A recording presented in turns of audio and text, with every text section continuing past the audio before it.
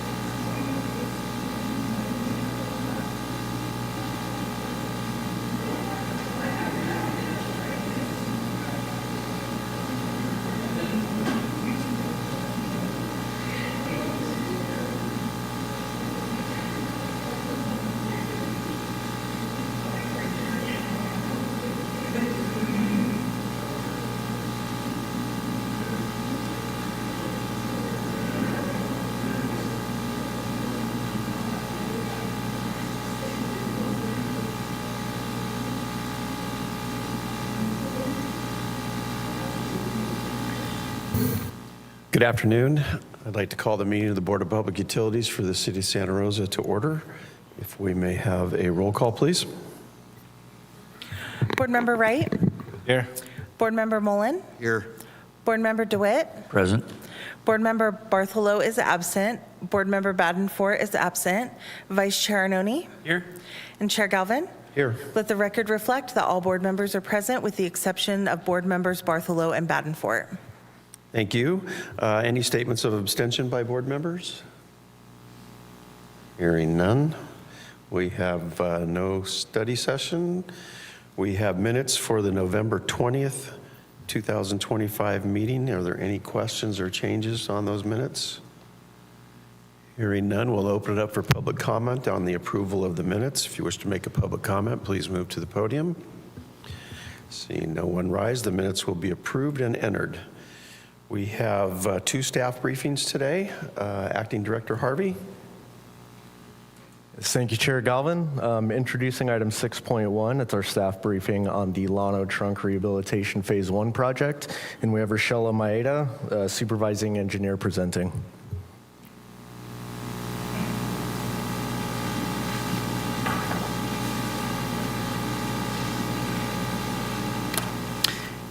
Thank you. Good afternoon, Chair Galvin and members of the board. As Deputy Director Harvey mentioned, my name is Rochelle Maeda, and prior to my current position, I was an associate civil engineer in the Capital Projects Engineering Division, where I was the project manager for the Llano Trunk Rehabilitation Phase 1 project. Construction is now complete, and we are wrapping up final payments and paperwork, so I will be providing an overview of the entire project today. I'll start off with some project background and go over the location and scope. Environmental compliance and permitting were a large part of the work, so I will discuss those requirements. I'll provide an overview of the way that we delivered the project. Then I will move on to construction, starting with environmental compliance, then go over the bypass pumping system that was required to do all of the rehabilitation.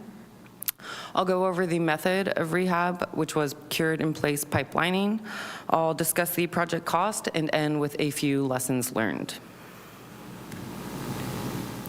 Here we're looking at a 2020 assessment overview of the city's trunk sewers, which are indicated by the colored lines. The red segments were identified as being a high priority for rehabilitation or to be rehabilitated within 2 years of the study. Orange segments were recommended to be rehabilitated in the near term or within 5 years of the study. And towards the bottom of your screen, you can see the Laguna treatment plant, and just north of that is a high density of red and orange segments, which brings us to the Llano Trunk Phase 1 project. Here again, you can see the Laguna treatment towards the bottom of your screen with Llano Road extending north. The Llano Trunk Rehabilitation Phase 1 project rehabilitated the 66-inch trunk sewer that extends from the LTP to north of Todd Road, totaling about 8,100 linear feet, which is the longest segment of pipe that the city has undertaken in a single project. Along this segment of pipe are 15 manholes that were inspected and rehabilitated as needed. And to do the rehabilitation, all of the wastewater flows, which makes up approximately 2/3 of the city's wastewater, needed to be bypassed around our project area. And that system had a capacity of about 16 million gallons per day. Public work projects at the city are typically delivered using a delivery method called design, bid, build. And as a reminder, in this method, the city contracts with a consultant who may have sub-consultants. They then develop and design the project and give us bid-ready documents, which we then put out to bid. The city then has a construction contract with the contractor who may hire subcontractors to help complete the project. The Llano Trunk Phase 1 project was the first project for Santa Rosa Water to use a method called design build, which was approved by the board in August of 2022. And in design build, the city has a single contract with the design build team that is made up of the design consultant, the contractor, as well as their sub-consultants and subcontractors. So from the start of the project, the whole team is collaborating on the project design. This method is also advantageous for a couple of other reasons. Another reason is that this method is qualifications based. So in design bid build, we generally are required to select the low bidder, but with design build, you can select the design build team not only based on their cost, but also based on their experience and their qualifications.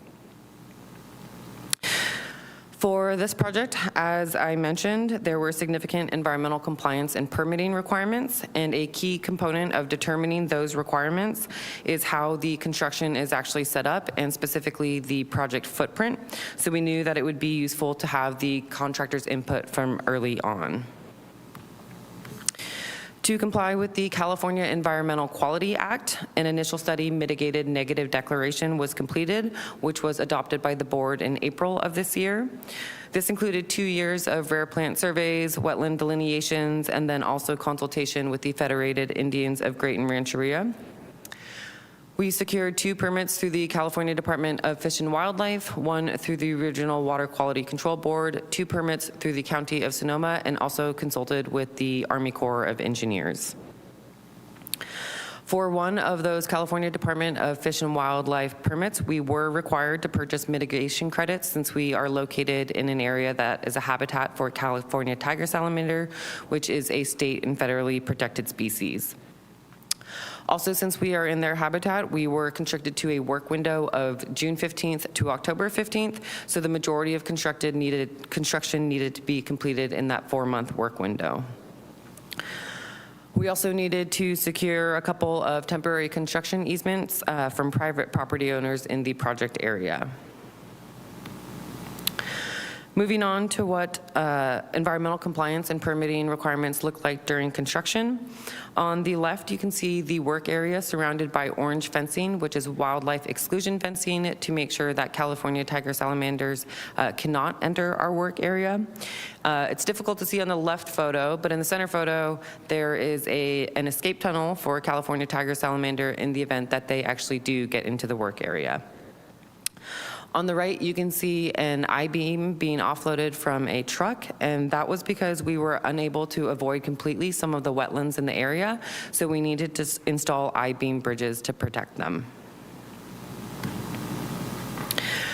As I mentioned, to complete the rehabilitation, we needed to set up a bypass pumping system. So at the upstream end of the project, we installed what is shown here. On the left, you can see several intake pipes being inserted into the manhole at the upstream end of the project. And in the center photo, you can see some of the pumps to which those pipes were connected. In total, we were required to have 6 pumps on site to provide redundancy for safety reasons. In the photo on the right, you can see the pipe that's being lifted, and that pipe is one of the pipes that's shown in the left-hand photo. For this segment of pipe, the Llano trunk line is anywhere from 25 to 30 feet deep, so you can see how long that pipe needed to be in order for it to be able to reach the wastewater flow. On the left, you can see some bypass piping being installed, and in the center photo, you can see the pipe being delivered to the project site. In total, 25 of those trucks were required to deliver all of the pipe that was required for this project. In the top right photo, you can see some of the pipe being fused together, and in the bottom right photo, you can see the discharge location at the Laguna treatment plant. To convey all of the wastewater that is typically in the Llano trunk line, we needed 3 18-inch pipes adjacent to each other. So in total, there was over 5 miles of pipe that needed to be delivered, fused, and installed. So all of this work took about a month and a half of our 4-month work window. Moving on to the method that was used to rehabilitate the Llano trunk line. As I mentioned, this section of trunk line is anywhere from 25 to 30 feet deep. So because of this, and because we are located adjacent to Llano Road and in an environmentally sensitive area with a high groundwater table, we knew that we wanted to use a trenchless rehabilitation method with minimal excavation. So cured in place pipe lining or CIPP lining was selected as the preferred option. On the left, you can see what aged pipe can look like. You can see some cracks and sediment buildup in the pipe. For the Llano trunk, which is reinforced concrete pipe, previous studies had shown that there is significant deterioration as well as some exposed rebar on the pipe's interior. On the right-hand side, you can see that blue layer is the CIPP liner after it's been installed. It is a fully structural material with a useful life of approximately 50 years. So the existing hose pipe could fail completely, and that blue layer would act as the new pipe. Here is one of the setups for the Llano trunk project where CIPP liner was actually installed. The white fabric here is the uncured liner. Here are a couple of trucks that have the resin that's required for the uncured liner to become hardened and become that rigid blue pipe that was shown in that previous image. A manhole is located underneath this covered area, and this is where the liner actually gets installed into the trunk line. And here is a carbon filtration system that was used to treat the water used in the hardening or the curing process. In that first photo, you can see, again, the uncured liner. To the left of the photo, you can see that the liner looks a little bit inflated, and that's because it's been filled with that resin. In the other two photos, you can see the liner being inserted into manholes. So essentially what happens is the uncured liner gets filled with the resin and then inserted into the manholes. Water is then pushed through the liner so that it inflates and takes the shape of the existing pipe.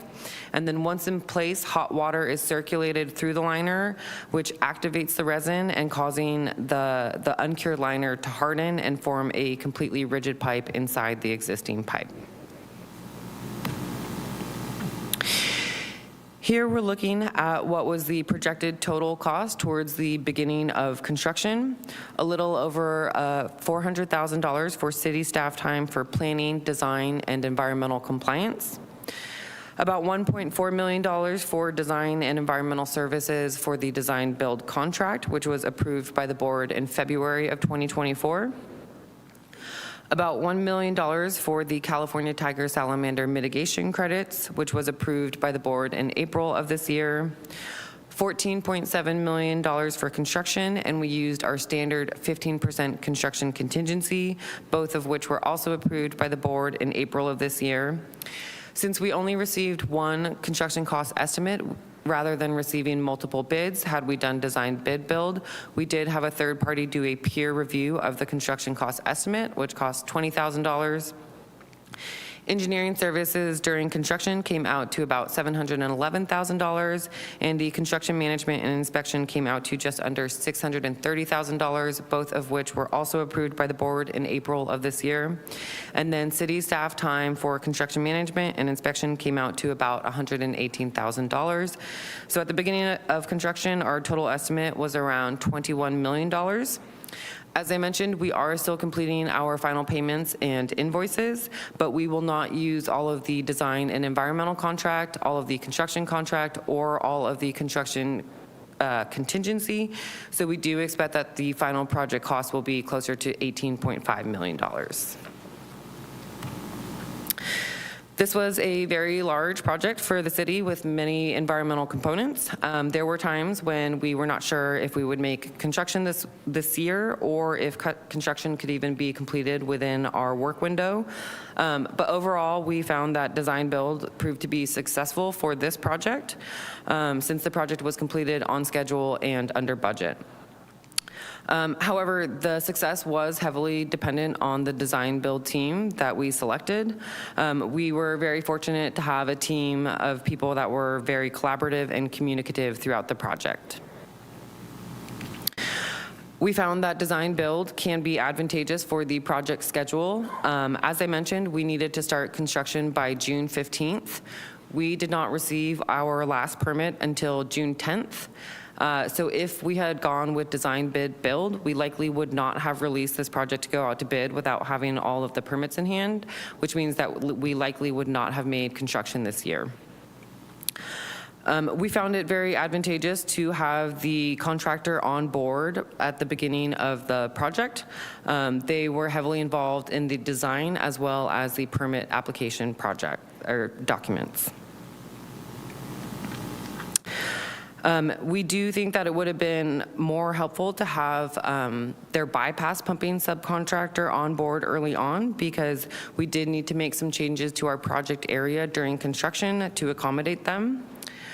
In addition to that, it would have been good to provide a little bit of a buffer in our project boundary as it was defined in our permit applications. However, we would need to do this pretty strategically so that we don't increase the cost of purchasing mitigation credits too much. Lastly, we did cause an interruption at the plant headworks when we removed the bypass pumping system and had flows actually go live into the Llano trunk line. But having additional staff available prior to removing the bypass pumping system would mitigate those interruptions. With that, thank you for your time, and I would be happy to answer any questions you may have. Thank you for a very thorough presentation and the successful completion of this phase. It was excellent. I'll open it up now for any board member questions or comments. Vice Chair Arnone? Yes. First of all, congratulations on coming in under bid. It's something we don't see enough or very often. And I believe you said it was the first design build project we did. If it turns out that we have recurring savings in this method, are we going to be switching over from the default being design bid build to the default being design build? I think it'll really depend on the project and the complexity of the project. Design build tends to be a little bit more advantageous for more complex projects, or when it is advantageous to have the contractor on board early on. There are cities, I know the city of Anaheim does use design build pretty frequently for a lot of their projects. So it could be, yeah, something to look into. Again, congratulations. Well Thank done. you. Board Member Mullen? Thank you. I want to echo those congratulations to you, Ms. Maeda, and your team. This is a big deal, a project of this magnitude. We don't do those that often, and I'm sure you're happy about that. But I really hope that I can tell from your presentation how thorough everything did, and it's really nice to have a project of this magnitude and complexity to come out where we've saved $1.5 million. And I think the ratepayers, we should shout from the rooftops and publicize the fact that we just put in one of the largest projects in recent years here, and we saved $1.5 million doing it. So congratulations to the team. I hope you celebrate that. Or if you haven't, I hope you have it sometime soon, because you all deserve our congratulations for doing such a great job on a project of this magnitude. So thank you. Thank you. Other board member questions or comments? Board Member DeWitt? Yes, I know we talked about the California tiger salamander mitigation credits in the past. Could you tell me what the current cost is per acre? Yeah, I believe it's around $280,000 per acre. And depending on the level of disturbance during construction, you need to mitigate at a 3-to-1 ratio. So basically for every acre that you disturb, it comes out to a little under, I guess, $900,000 per acre if you need to mitigate at a 3-to-1 ratio. Thank you kindly. Other board member questions or comments? Board Member Wright? Well, congratulate you on your promotion to supervising engineer. That's Thank you. not necessarily an easy thing to do. When's the next lining? I mean, there's a whole series of lining projects on the Llano trunk. When is the next one? And do you think that will be design build as well? The next phase, phase 2, will begin probably next year, but the earliest construction would happen in is 2027. That one likely won't be design build. We're hoping for the support of the Army Corps actually to help deliver that project. Thank you. Any other board member questions or comments? We'll open it up now for public comment on item 6.1. If you wish to make a public comment, please move to the podium. Please state your name for the record. Michael Hilber. You notice in the budget for this, there's a $2.2 million contingency. So when you say you came in 1.5 million under, that just means that you didn't eat up all that contingency. So you still use some of the contingency. So I don't think you came in 1.5 million under at all. You just didn't use up all the contingency. And one thing that left out of this presentation is, some of the basic background, which may have been discussed before, but how old is that pipe? It can't be that old. I question why this should have to be done in the first place, because it doesn't seem like that pipe could possibly be of the age that it would be failing. Well-designed concrete pipe should be able to go well over 50 years, and Laguna plant didn't open until sometime in the mid-'80s, so I'm thinking that pipe should not have been failing. So I'm concerned that maybe this should not have been necessary in the first place, and maybe it had more life left in it. And in addition to that, I'm also concerned that you seem to be very comfortable with,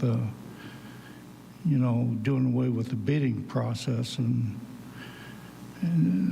that's perilous to eliminate the bidding and contracting like this, because it's a bidding that protects the rate-paying public.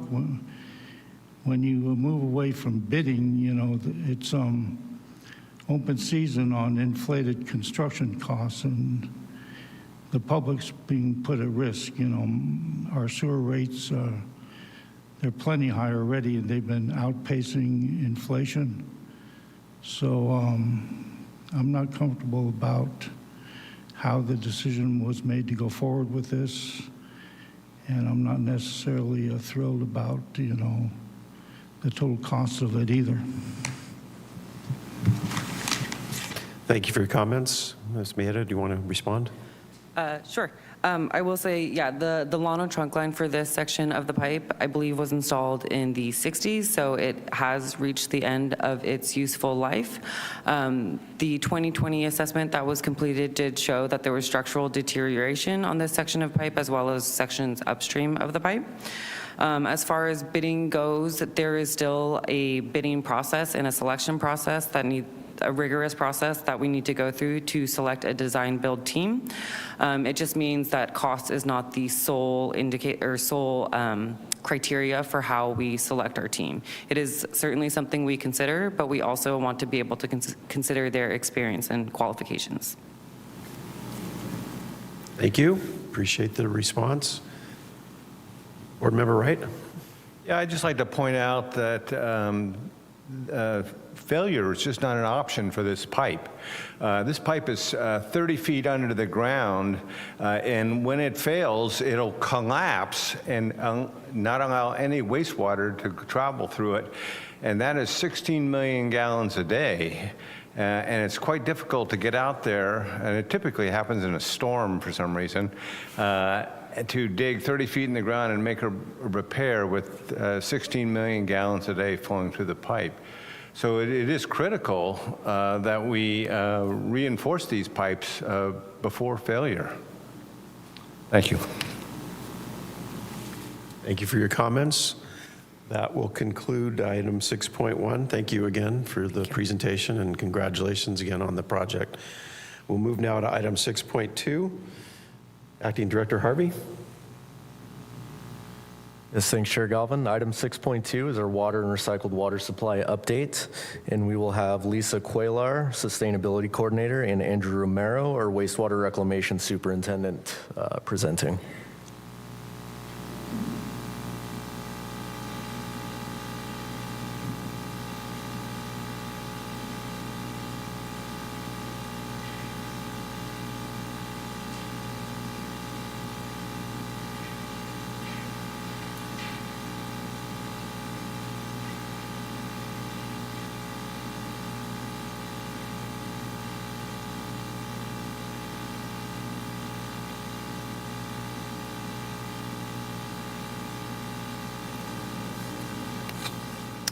Hello and good afternoon, Chair Galvin and members of the board. My name is Lisa Cuellar. I'm the Water Use Efficiency Coordinator, and I'm here today with my colleague, Andrew Romero. We're going to be providing the water and recycled water supply update. It's a pretty brief set of slides here.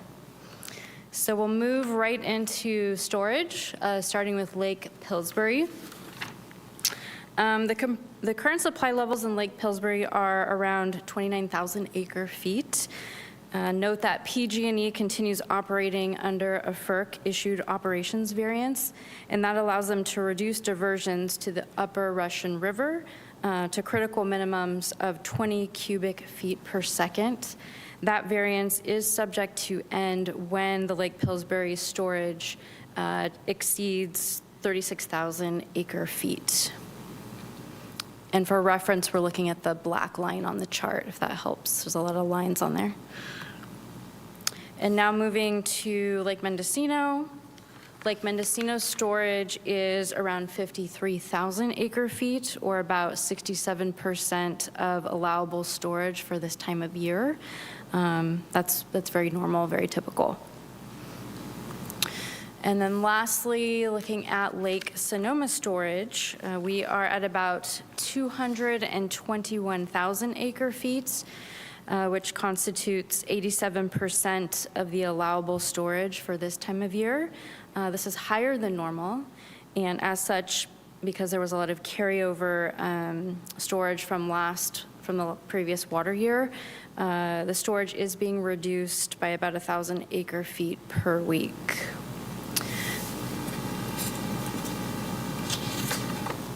I also wanted to provide an update on Sonoma Water, their fall-winter operations.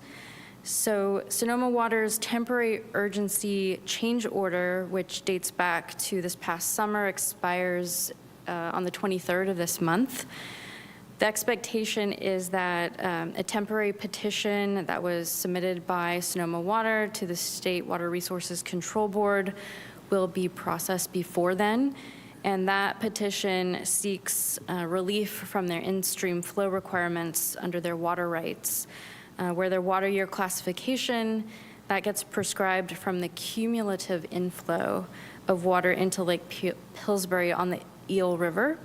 Instead, this petition is requesting that Sonoma Water align the requirements with the storage levels in Lake Mendocino, because that better reflects actual watershed conditions in the Russian River. And then I just wanted to end with a couple of updates on some community outreach efforts. So the Sonoma Marin Saving Water Partnership, their fall outreach campaign, really focused on seasonal benefits of rain. So you can see there's social media campaign about encouraging customers to discontinue irrigation with the onset of the rainy season. The city coordinates seasonal messaging with Sonoma Water to inform our customers directly. And so, for example, the water use efficiency team, we kicked off October with a Ready for Rain educational webinar and customer messaging campaign that highlights some of the seasonal benefits that rain provides, and hopes that residents will offset their potable water use by taking advantage of some of the rainfall. And then the last slide I have, I just wanted to notify the board that a ban on irrigating non-functional turf at commercial, industrial, and institutional properties, as well as HOA common areas, is now law. A lot of people ask, well, what is non-functional turf? It's strictly ornamental lawn, so if it does not serve a recreational or community benefit, then it can be deemed non-functional. The implementation for the irrigation ban is staged, and it begins January 1st of 2027 for different account types through 2031. By January 1st of 2027, all city-owned properties that have non-functional turf have to comply with the irrigation ban. The water use efficiency is working directly with our communications team to prepare and disseminate customer educational materials beginning early next year. So we're working on that currently. That's all I had, and at this time I'm going to pass the slide deck over to Andrew Romero, the Reclamation Superintendent, to discuss the recycled water update. Just do a quick switch. All right. Good afternoon, Chair Galvin and members of the board. My name is Andrew Romero, the Reclamation Superintendent, and I'll be providing you with a brief recycled water update.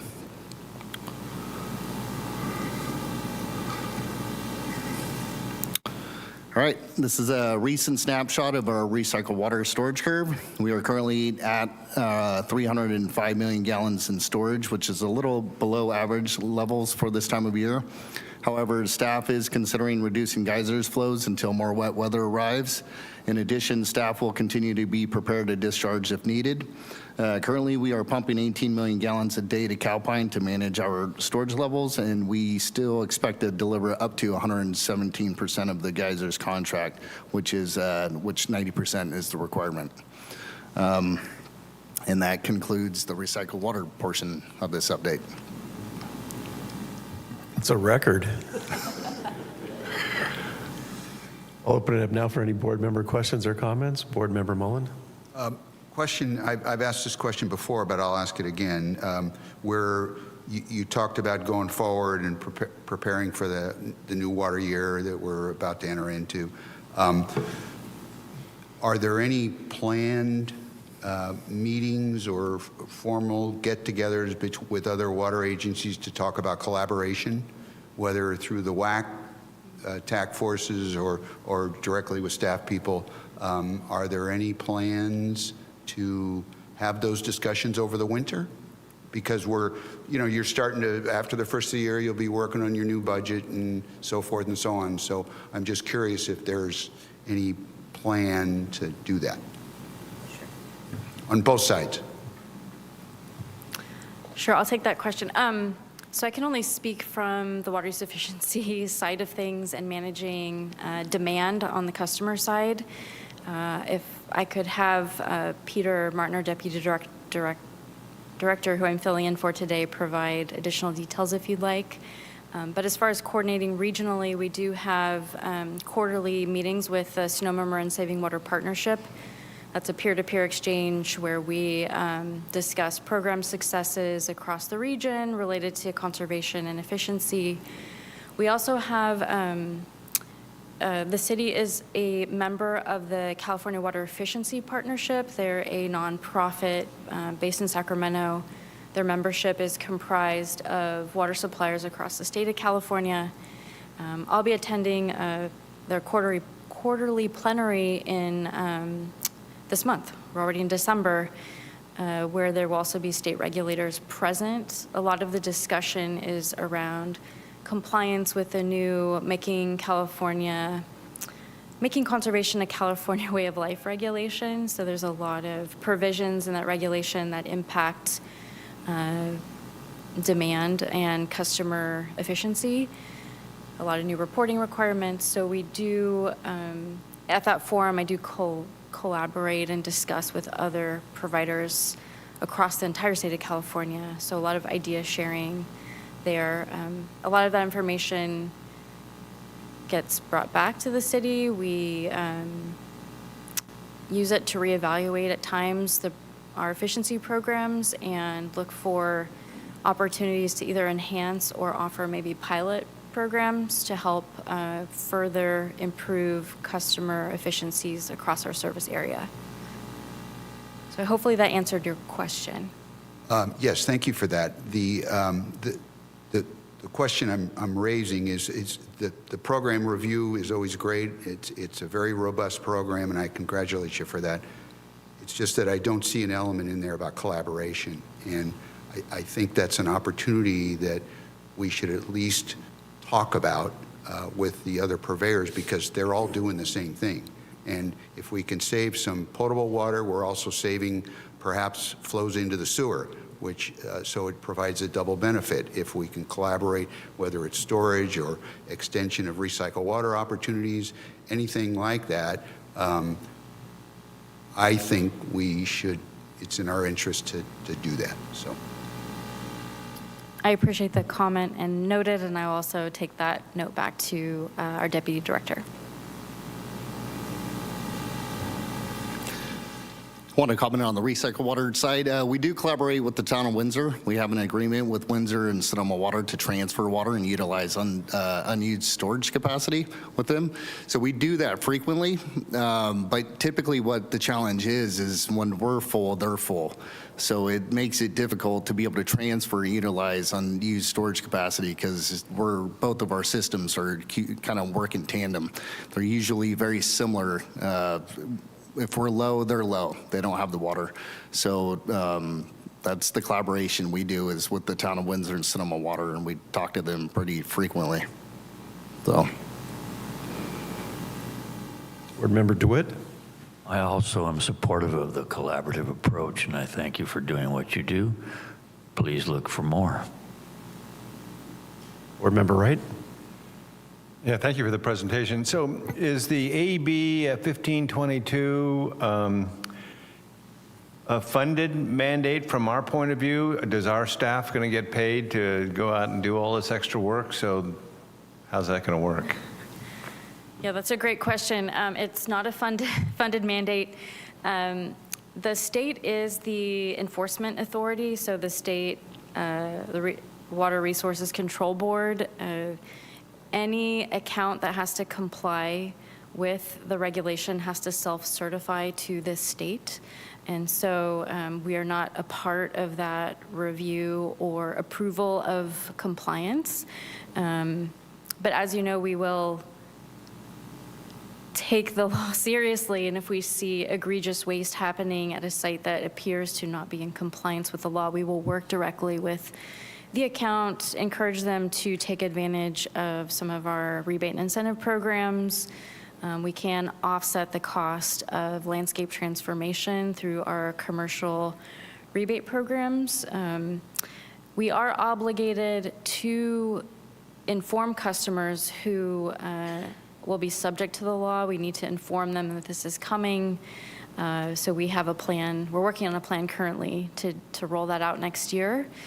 We also have a mandate through the regulation to update our city code by January 1st of 2027. So this subject we're bringing to the Water Conservation Subcommittee next year. We'll be able to speak in greater detail about some of the provisions in the regulation. But I guess bottom line is we are not the regulatory authority, and accounts will not be demonstrating compliance directly to the city, if that helps. Okay, thank you. We'll see how it comes out. Other board member questions or comments? All right, we'll open it up for public comment on item number 6.2. If you wish to make a public comment, please move to the podium. See no one rise. That will conclude item 6.2. We have one item on the consent calendar, so if the board has any questions on the consent calendar, now is the time. I'll move the consent calendar. Before we take a motion, we'll go ahead and open up for public comment on the consent calendar, item 7.1. If you wish to make a comment, please move to the podium. See no one rise. Now we'll take a motion. Oh, I'll move it. I'll move this consent calendar. Second. We have a motion by Board Member Wright, seconded by Board Member Mullen. May we please have a roll call vote? Board Member Wright? Aye. Board Member Mullen? Aye. Board Member DeWitt? Yes. Vice Chair Arnone? Aye. Chair Galvin? Aye. Okay, let the record reflect the consent calendar passes unanimously with board members Bartholow and Badenfort absent. Thank you. We have no report items. Item number 9 on our agenda is public comments on non-agenda matters. If you wish to make a public comment on a non-agenda matter, please move to the podium. Please wait for the timer to start and state your name for the record, please. Yeah, Michael Hilber, I want to make you aware of something that's going on with between Sonoma Water and this phony outfit called the Groundwater Sustainability Agencies. As you probably know, that Sonoma Water jacks their rates up substantially, it seems like every year. And one of the things that the Groundwater Agency is doing is they want to pump potable water down into wells, like a well that Petaluma has. It's known to be high in arsenic, so high that they abandoned the well as a city well. So anyway, the GSAs are deciding that they're going to pump potable water down into wells to recharge the groundwater. And the reason this affects you and every water supplying entity in the county is that they're looking into creating some sort of phony tiered pricing structure whereby the water that's pumped down into the ground will be sold at a much cheaper rate for that purpose, while everybody else will pay higher. So obviously what that's doing is it's going to drive costs up even more for the potable water it sells to every agency, because they'd be giving away some of it cheaper for this phony purpose of pumping it down into the ground, but their costs will remain high, and it will have to be, you know, a disproportionate share passed on to those that pay the full rate. So by offering this discount for this phony activity of pumping potable water down into the ground, by offering it at vastly reduced cost for that, that's going to necessarily inflate costs to everybody else. Now, I want everybody to think about getting on board with a demand that Sonoma Water not go in the direction of any sort of tiered water rate structure. It should be flat like it is now. Every gallon of water, potable water that they sell for any purpose, be at the same rate, period. Thank you for your comment. Response? Minnie? Yeah, thank you, Chair Galvin. I would just say that the City of Santa Rosa, I can't speak for Sonoma Water, their policies, but the City of Santa Rosa is subject to California Prop 218, which dictates that we do not give discounts for any water. So any water that is used for aquifer storage recovery or any other purpose, we do collect the full rate on those gallons of water that are pumped down, whether it be from a government agency or otherwise. So again, can't speak to Sonoma Water, but I can assure you that Santa Rosa Water is not subsidizing those costs and or passing them along to our ratepayer base. Thank you. Any other public comments on non-agenda matters? All right, seeing none, we will now move to, we have no referrals, we have no written communications. Do we have any subcommittee reports?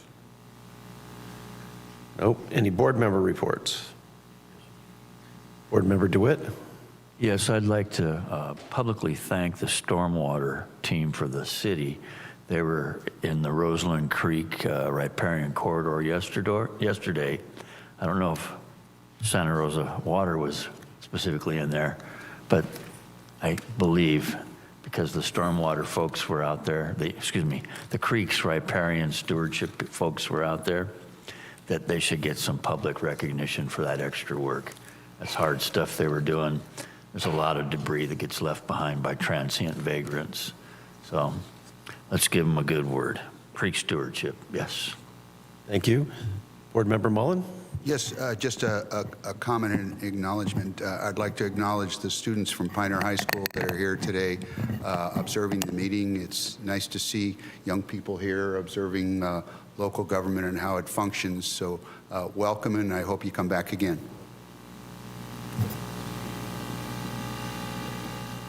Any other board member questions or comments? We'll now open it up for public comment on item number 13. If you wish to make a public comment, please move to the podium. Seeing no one rise, that takes care of the board member reports, and we now have a director's report. Acting Director Harvey? Thank you, Chair Galvin. I do have 2 items to report on today. The first is an update on the Lower Colgan Creek Restoration Project. So the final phase of the Lower Colgan Creek Restoration Project, Phase 3, includes a community planting day on December 6th from 9 a.m. to noon. The city staff and restoration professionals from the Laguna Foundation will be leading the events and will provide gloves, tools, and plants. Additional planting days are scheduled for January 17 and March 21. 2026. During these events, over 9,000 native trees and shrubs will be planted throughout the restoration reach. To register to volunteer, please go to www.srcity.org/3725/Lower Colgan Creek Restoration Project. And the alternative, I'm sure you could go to srcity.org and just type in Lower Colgan Creek Restoration Project in the search bar and get there as well. My second report today is on the Potter Valley Project. So on October 31st, 2025, the Federal Energy Regulatory Commission, or FERC, circulated a notice of their acceptance of PG&E's Potter Valley Project license surrender application and non-project use of project lands that was filed with FERC on July 25th of 2025. The notice included a solicitation of comments, motions to intervene, and protests for the FERC proceedings due on December 1, 2025. At the direction of the BPU and the City Council of the City of Santa Rosa, timely filed a motion to intervene in the FERC proceedings on November 24th, 2025. Intervention with FERC gives the city party status, allowing us to monitor and fully participate as appropriate. in what is expected to be a multi-year administrative process related to PG&E's proposed decommissioning and license surrender. Staff will continue to provide the board with timely updates on the Potter Valley project developments, including the proposed construction of the new Eel Russian facility that would allow for the continued diversion of flows from the Eel River into the Russian River after PG&E decommissions the project. And that concludes the report today. Thank you. Any questions for the acting director? Vice Chair Arnone? I'm not sure that this is the right question to direct to you, but what does the intervention give us a right to do? I mean, do we become parties in formal public hearings? Do we just get written notices? What is an intervention involved in a FERC proceeding? That's a great question, and I will gladly defer to our Assistant City Attorney on that if you have any comment. I'll look into that and get back to you as a sidebar. Thank you. And just as a note, I could certainly pass those questions along to Deputy Director Martin and Director Burke, who are, have their hands very much in this process, and I'm sure could provide clarity on that. Don't get me wrong. I'm glad that we are participating in the process, and I think we need a seat at the table. And so I'm glad that we're taking actions to cement that. I'm just trying to get an idea of what rights we do have as an intervener. So thank you. Board Member DeWitt? With Mr. Arnone's comments in mind, I'd ask that they share the sidebar with the entire board, and we all get to hear what's going to occur. Thank you, Ali. Understood, Board Member DeWitt. Thank you. Any other board member questions or comments for the acting director? All right, we'll now take public comment on item number 14. If you wish to make a public comment, please move to the podium. Please wait for the timer to start and state your name for the record, please.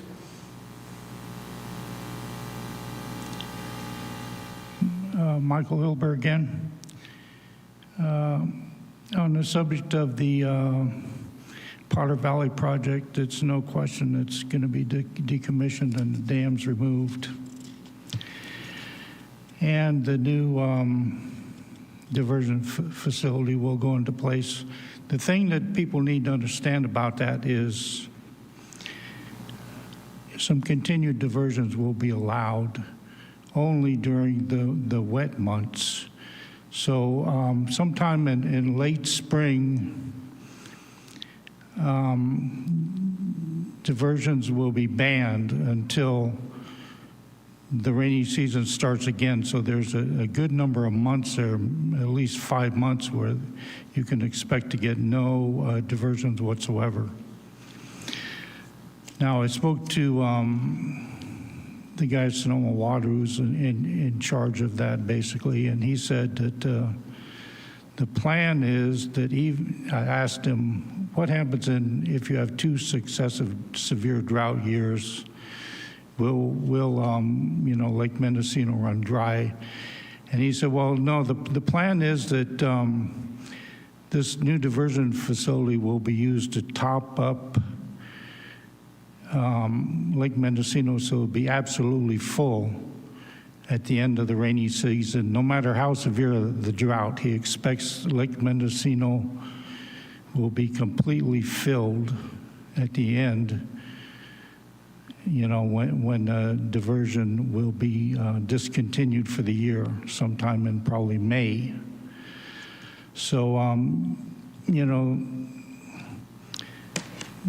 that raises a lot of questions, and some uncertainty as to whether that can in fact be achieved or not.